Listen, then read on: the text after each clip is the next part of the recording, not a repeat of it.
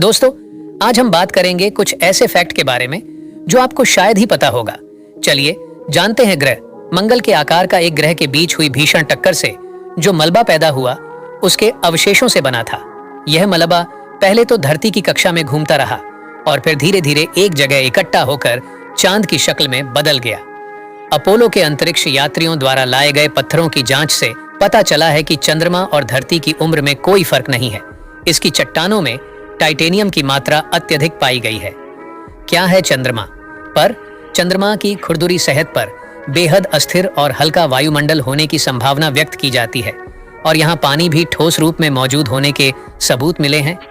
हालांकि वैज्ञानिकों के अनुसार यह वायुमंडल विहीन उपग्रह है। नासा के LDE प्रोजेक्ट के मुताबिक यह हीलियम, नियॉन और ओनर्गन गैसों से बना हुआ है। चंद्रमा का सबसे बड़ा पर्वत दक्षिणी ध्रुव पर स्थित लीबनिट्ज पर्वत है जो 35,000 फुट 10,688 मीटर ऊंचा है। कैसा है चंद्रमा का वातावरण? यहाँ का वातावरण एकदम शांत है, लेकिन यहाँ तापमान में भारी मात्रा में उतार चढ़ाव होते रहते हैं। चंद्रमा की सतह पर धूल का गुब्बार सूर्योदय और सूर्यास्त के समय मंडराता रहता है।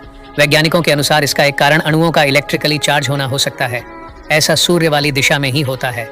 यहाँ की धूल चिपचिपी है, जिसके चलते वैज्ञानिकों के उपकरण खराब हो जाते हैं। यदि कोई अंतरिक्ष यात्री वहां जाएगा तो उसके कपड़ों पर धूल जल्दी से चिपक जाएगी और फिर उसे निकालना मुश्किल होता है। दूसरी ओर चंद्रमा के पिछले भाग की धूल के मैदान को शांति सागर कहते हैं, जो अंधकारमय है। चंद्रमा पृथ्वी की एक परिक्रमा लगभग 27 दिन और 8 घंटे में पूरी करता है और इतने ही समय में अपने अक्ष पर एक घूर्णन करता है। यही कारण है कि चंद्रमा का सदैव एक ही भाग दिखाई पड़ता है। गुरुत्वाकर्षण शक्ति कम है। चंद्रमा की गुरुत्वाकर्षण शक्ति धरती से कम है, इसलिए वहां पर मनुष्य का वजन लगभग 16.5% कम हो जाता है। यदि कारण है कि व्यक्ति वहां आसानी से उछल कूद कर सकता है।